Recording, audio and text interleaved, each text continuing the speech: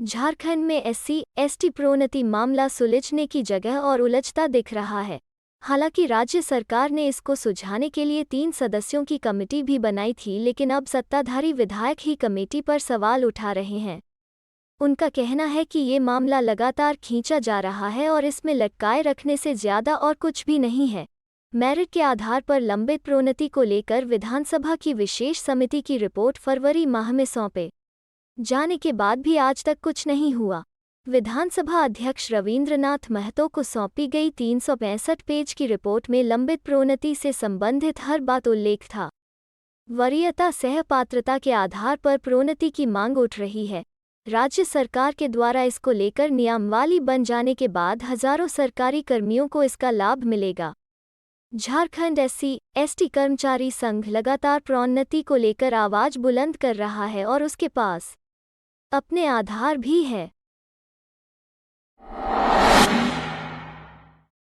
सिंहभूम की कांग्रेस सांसद गीता कोड़ा ने बुधवार को आदित्यपुर की जन समस्याओं के समाधान के लिए एक के बाद एक कई बैठकें की। उन्होंने नगर निगम में अपर नगर आयुक्त को दिशा निर्देश दिए तो ऑटो क्लस्टर में कांग्रेस कार्यकर्ताओं से क्षेत्र की समस्याओं की भी जानकारी ली। सांसद मोतीनगर भी पहुंची और लोगों को आश्वासन दिया कि उनके कार्यकाल में उन्हें किसी भी सूरत में बेघर नहीं किया जाएगा। उन्होंने प्रशासन को आड़े हाथ लेते हुए कहा कि उजाड़ने से अधिक लोगों को बसाने पर ध्यान देने की जरूरत है।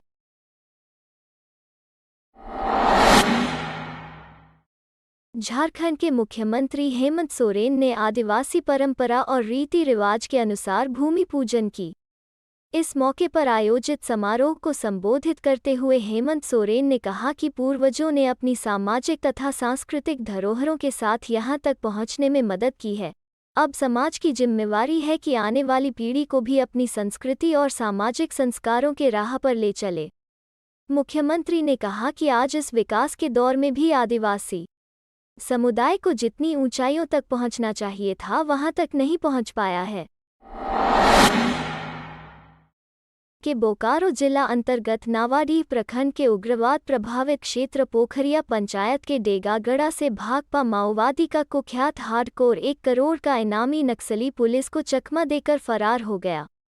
वहीं नक्सली को संरक्षण देने के मामले में पुलिस ने 2 युवक को हिरासत में लेकर पूछताछ कर रही है।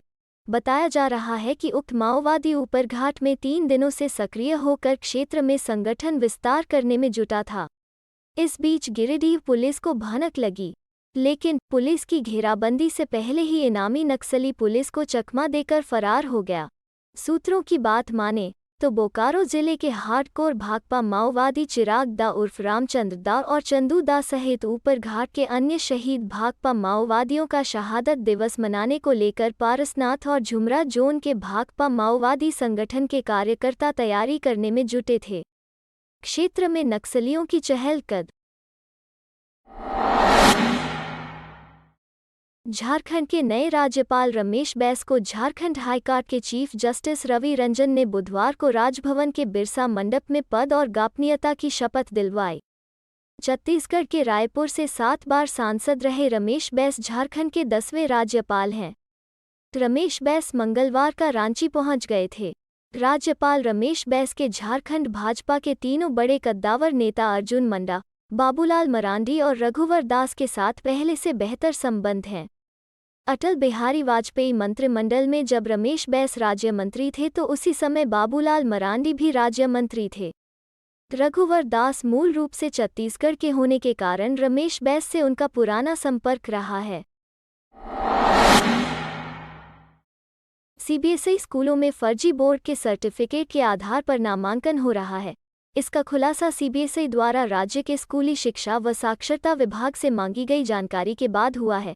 CBSE स्कूलों में झारखंड स्टेट ओपन स्कूल व झारखंड एकेडमिक ओपन बोर्ड से 10वीं का सर्टिफिकेट प्राप्त कर विद्यार्थियों ने नामांकन लिया है। CBSE ने सर्टिफिकेट की सत्यापन प्रक्रिया के दौरान स्कूली शिक्षा व साक्षरता विभाग से इन दोनों बोर्ड की जानकारी मांगी है। राज्य में इन दोनों बोर्डों को सरकार से मान्यता प्राप्त नहीं है।